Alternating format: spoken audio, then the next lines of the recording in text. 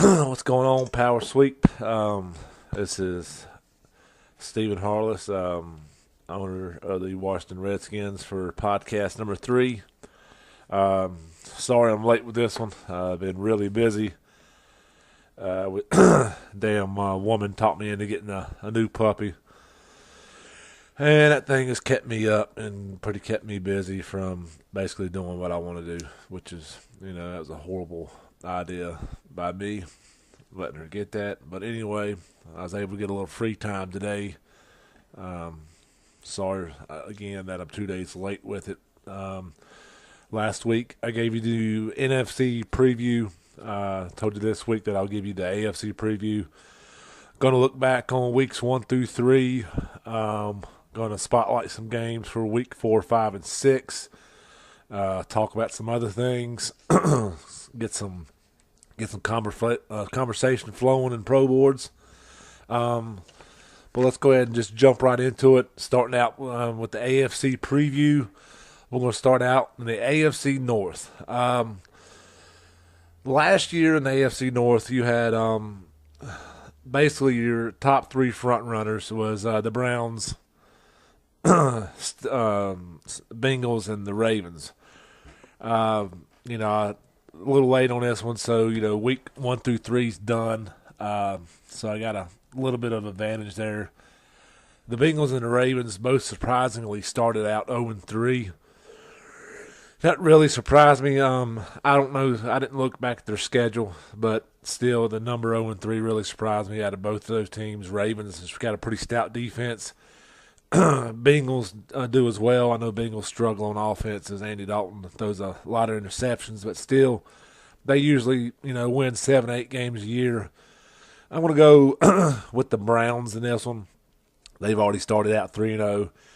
I played the Browns last year. They have a real stout defense, probably one of the stoutest defenses I played, and probably have the best 2 DBs in the league.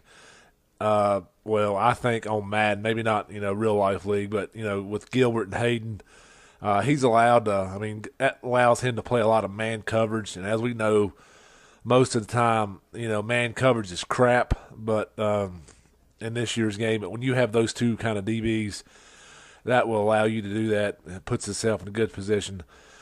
I'm really surprised and shocked. Pittsburgh has turned it around. I don't know if they'll lose steam going on into the season, but they're starting out 3-0. Huge turnaround from last year. I played them in the preseason, and I was able to beat them pretty handily. That's why I'm surprised.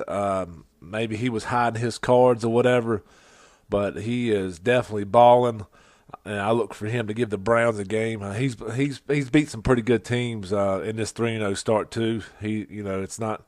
He actually, it's not what would you call a pie schedule. So he's going to give the Browns a run for their money. But I do look for the Browns to come out of that division and earn that playoff berth. Moving on to the AFC South. Guys, this division is just loaded. You can pick one of the 4 teams and to win this division, and I think you'll be okay. I know the Titans got beat last night by the Jags, but I'm still going with the Titans. I think Stout is a hell of a player. He'll get it turned around. Whatever went wrong there, I think he'll come out on top of that division. And of course, I think the Jags will be second. 2 very good teams. Two teams I would not want in my division. And I want everybody to keep an eye on the Colts this year. Colts struggled last year, but this year I think they're 1-2. But to be honest with you, they should be 3-0. They were, if it wasn't for some costly mistakes, some poor clock management, the Colts would be sitting at 3-0 right now. They was leading the Jags most of the game, gave up the lead late, I think in the last 20 seconds, and they had the Browns dead to rights as well. But a costly fumble there at the end of the game cost him that game as well. So I look for him to make some noise this year. I don't know if he'll make enough noise to make it to the playoffs, but I expect him to win 8 or 9 games this year, and possibly more if he can get a little Madden luck rolling his way, because he's been on the short end of the stick so far this season.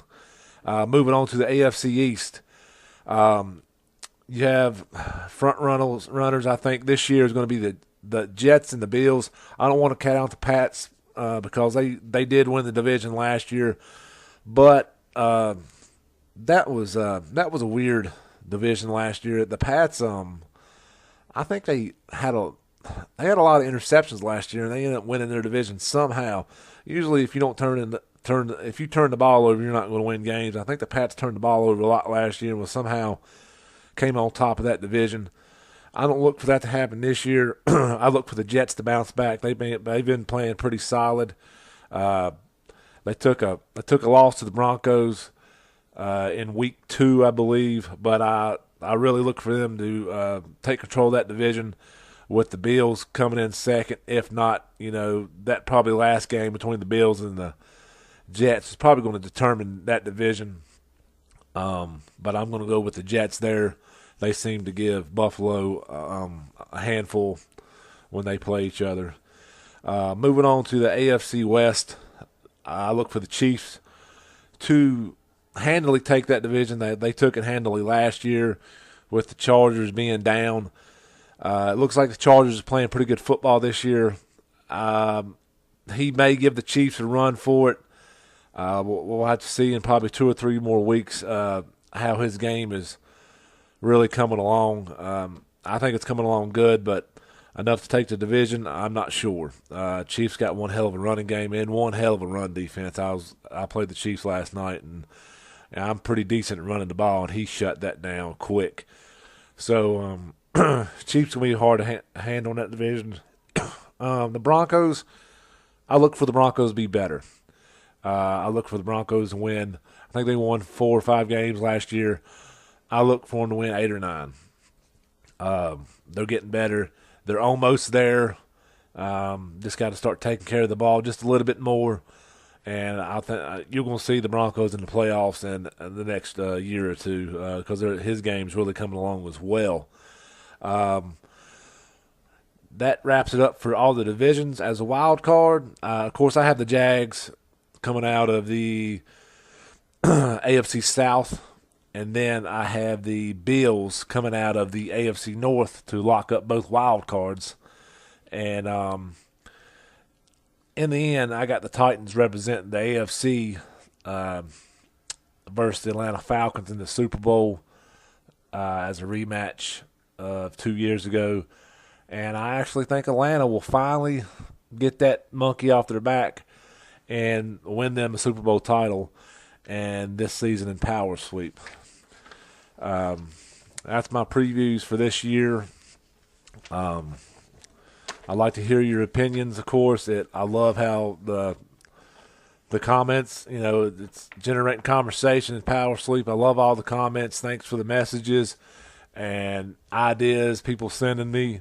I really appreciate it, and all the kudos I'm getting. I just think it's a fun thing for the league. Keep the conversation flowing. Now we're going to move on to Week 1 and Week 3 review. I spotlighted a couple games in my last podcast, and I'm going to go over them with some other teams that caught my eye in the first 3 weeks of this young season. Week 1, we had the Jets at the against Buffalo. Jets was able to win that game 27-24. Really no stats, caught my eye, except for the Jets had a couple defensive players. Calvin Pryor had 10 tackles and Roy Cousins had 9. Pretty even game. And really, no team turned the ball over excessively too much. Jets was able to come out on top of that one. I also spotlighted Dallas versus the Seattle Seahawks. Dallas was able to win that game 18-10. The Seattle Seahawks actually outgained Dallas, but they lost a turnover battle, and that's huge. Terrell Pryor had 6 picks, and that's crazy, and a QBR rating of 29.8. For Dallas, Winford James had 2 picks. Charles French had 2 picks, and Rolando McClain had a safety and a pick 6. So Dallas's defense was on point that game. Congrats to Dallas on a big win in Week 1. And a notable upset, the game I didn't spotlight, San Francisco was able to knock off Jacksonville in Week 1, 24-17. So a big congrats to San Francisco. That's a huge win against a great team. You deserve it. I look forward to seeing what you do the rest of the season. That's definitely a big step forward for you. Being new to the league, beating the returning Super Bowl champ 24-17. Going into Week 2, we had the first spotlight game was Kansas City at Denver. I was looking for Denver to get off to a good start this season, maybe contend for the title. He wasn't able to do that. He lost to Kansas City 35-17. Denver threw 6 picks with Sterling Hubbard. Swanson for KC also threw 3 picks, but the big deciding factor there was Christine Michael for Kansas City rushed for 105 yards and 3 touchdowns, and Denver, I think, only rushed for 32 yards. It just wasn't able to get their rushing game going, and Kansas City did, and that was the story of that game. And considering the 6 interceptions thrown by Sterling Hubbard. Moving on to Washington and the Rams. But Washington was able to win that game 27-20. Both backs had over 100 yards. Pretty even game. The only thing Seattle lost there other than the game was the turnover battle. That ended up being key. I think he did throw a pick in his own territory. And, going into that game, I can talk a little bit more about that game since I played it. I was worried about Brennan Dalton. Guys, if you play Seattle, if you play St. Louis, you got to watch out for Brennan Dalton. This guy is a burner. You better put 2 guys on him because he will beat you deep. And I went in the game knowing that. Stopped him in the first half, come out in the third quarter, get lazy, go into an aggressive defense, and sure enough, he beats me with Brennan Dalton for 70-some yards down the field.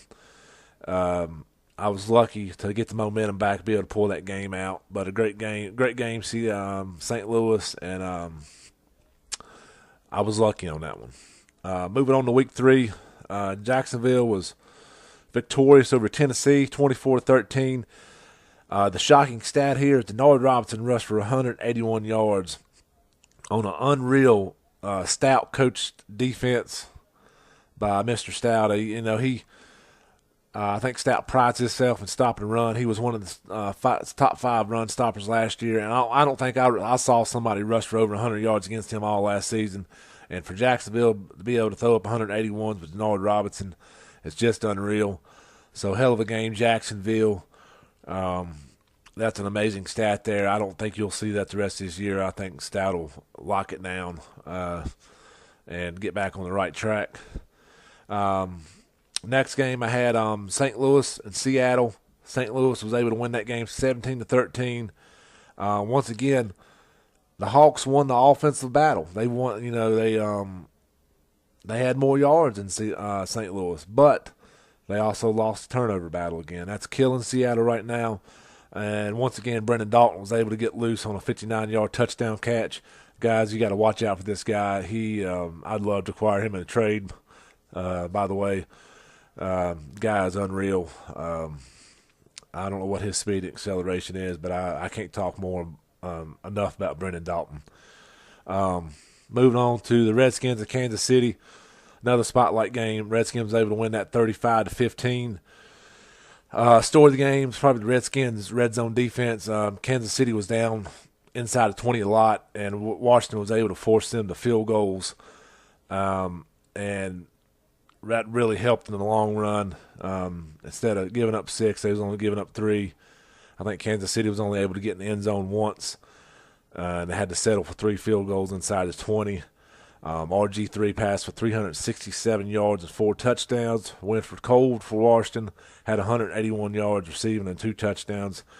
The thing I did with Kansas City, I've scouted Kansas City 2 or 3 games, and my take on it is Kansas City's great on defense. You're not going to be able to run the ball on them. He brings up the safeties, the quarterbacks a little bit, so the deep ball is going to be there. You're just going to have to catch him in the right coverage. Kansas City's got a great running game as well. I knew going into that game I was going to have to stop it. And from what I saw, he's very uncomfortable passing the ball. He don't like to pass the ball over 15 yards. And, all I did was, concentrate on stopping the run. And, when I knew it was a passing situation, I knew the ball wasn't going to go deep. So, I come out and underneath coverage about every coverage I was in, just to stop all that short stuff. Kansas City loves to throw it short. And and I come out underneath coverage almost every single play, whether it was a cover 3, cover 2 man, zone blitz, man blitz, whatever it may have been, I was still playing underneath coverage to stop all them drags and short slants and stuff like that. Another thing is a big topic on Pro Boards about this game. I can type all I want, but I'm going to come out here and talk about it. It was minutes something left. I was trying to run out the clock. Kansas City wasn't having none of it, and that's fine. I love that. Playing to the last whistle. And I think I was on my 18-yard line. It was 2nd and 11. He was stacking the box. He done burnt one timeout after the first run. He was only down one. Only down 13 points, so he wanted the ball back. Try to get a quick score and maybe have that luck of an onside kick go his way, and you never know. And he's back in this thing. So I saw him stacking the box on 2nd and 11, come out in the jumbo package. I had planned on running the ball again, and I saw him selling out to the run.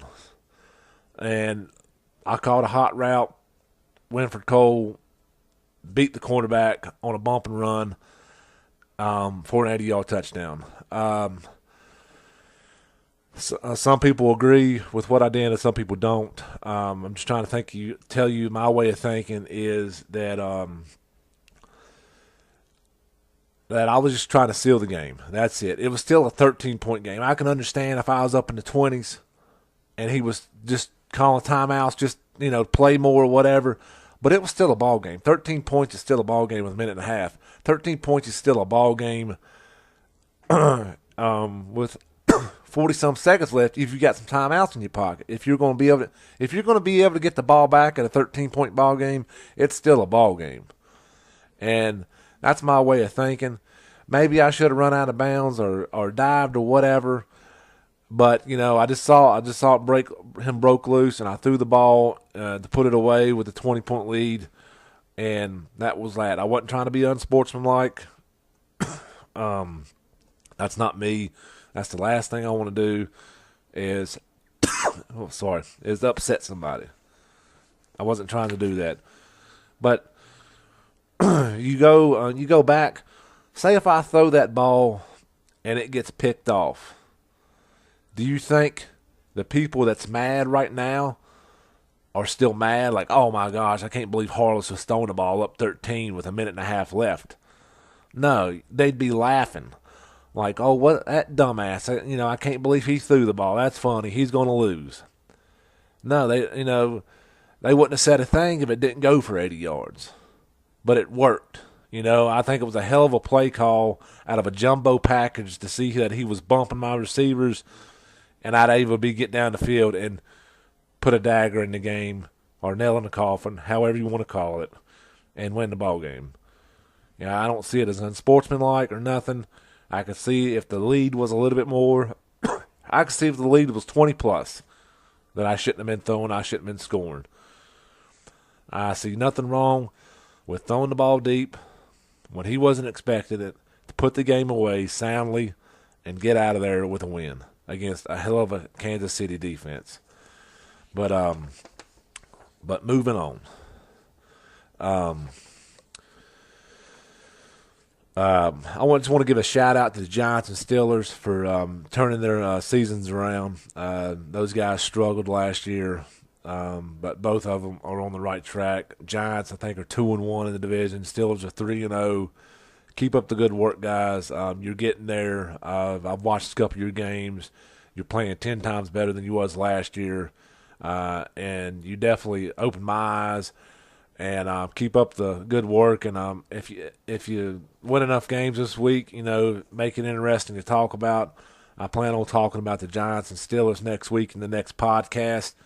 By what they're doing different to win games, and just what a surprise they are so far into this early season. Moving on to the previews of week 4 through 6. I'm only going to spotlight one game a week now. I've done my notes this week, and it was a little bit long. If you have a game that you think should be spotlighted, message me, and I don't have a problem spotlighting it. But just for my own right now, I'm just doing one game a week. But if you think your game should be spotlighted, message me. I ain't got a problem doing it. It's I know this is fun for a whole lot of people, and so, some people probably don't even listen. But some people's messaging me and wanting their game spotlighted or whatever. But if you're interested in having your game spotlighted, message me, and I'll be glad to do it. But week 4, we got the Browns versus Titans. Stout trying to get back on, figure some things out after that early season loss against the hell of a damn Browns defense. I think this is definitely going to be a defensive battle. I think the Titans come out on top. The Browns defense is excellent, but their offense is a little bit below average. And I think the Titans Titans defense will take advantage of the Browns offense, force some turnovers, and score some early points, get ahead, and come out on top of that game. Week 5, I got the Chargers and the Jets. Both of them bounce back teams. That's having pretty good damn seasons this year. I'm curious just what happens in this game. Who's the contender and who's the pretender, basically. Chargers versus Jets, that'd be a real good one to watch. And then week 6, I got the Browns and the Bears. That's an interesting game. Bears is playing real good this season, I think. And Browns, like I always said, is a hell of a football team. I want to see how far the Browns has came along since last year to this year. I think the Bears pull that game out. I really do. I think the Bears are playing really good this year. Their defense, I played the Bears last year. Their defense is really good. I think they're getting their offense on track, and that's one in week 6 that I'll definitely be paying attention to. That wraps up, all the games for weeks 4 through 6. I got some messages from some people who want me to talk about something, and I'm going to go ahead and throw my 2 cents in there about the coaches getting fired. This person wanted me to bring it up because he's concerned that, the playoff teams and the Super Bowl winning teams are already losing so much. They're already losing, however many free agents. Everyone knows they're losing a lot if you make the playoffs, and that's fine. I praise the committee for that decision. I didn't think it would be a good one there when it first started, but now looking at how everything's playing out, I think it was a hell of a decision, and I think it's a good decision to lower the free agent tags. I think that's going to work out just fine. But this guy, he's concerned that it's taken sort of the connected franchise out of it if you make people fire the coaches just because they win or lose the Super Bowl. A lot of people's stat nerds. I'm a stat nerd. I love going into the legacy thing and comparing my records to other people's records and looking back on, the awards I won. And I haven't won a conference title yet, but hopefully I will. Just comparing, wins and losses with people. And that takes a lot away from the connected franchise for what?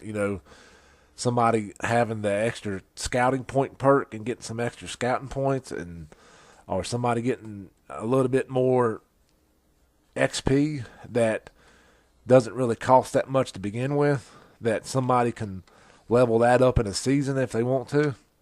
I just don't think the payoff is that big to make somebody fire their coach. And I would love to hear everybody's point of view on it. I really would. But I don't mean to. I'm not knocking the committee by no means at all. I think they've done a hell of a job with the new rules. I mean, I sort of shunned away from it when they first come out, but who likes change? Nobody likes change. I sure as hell don't. But sometimes it's for the best. But I praise the committee for that free agent change. That seems to be a hell of a change, and it's really working out. But let me know your thoughts on this firing coaches. Is it really worth is the payoff that great to where it's worth firing a coach? I don't think so. And a couple people have messaged me, and they don't think so, and they want me to talk about it. But let's hear what you have to say about it.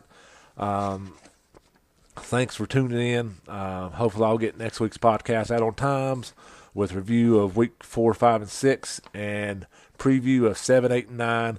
And we're going to talk about, hopefully the Steelers and the Giants and maybe some other bounce-back teams. But thanks for listening. Please let me know what you think on Pro Boards. Thank you.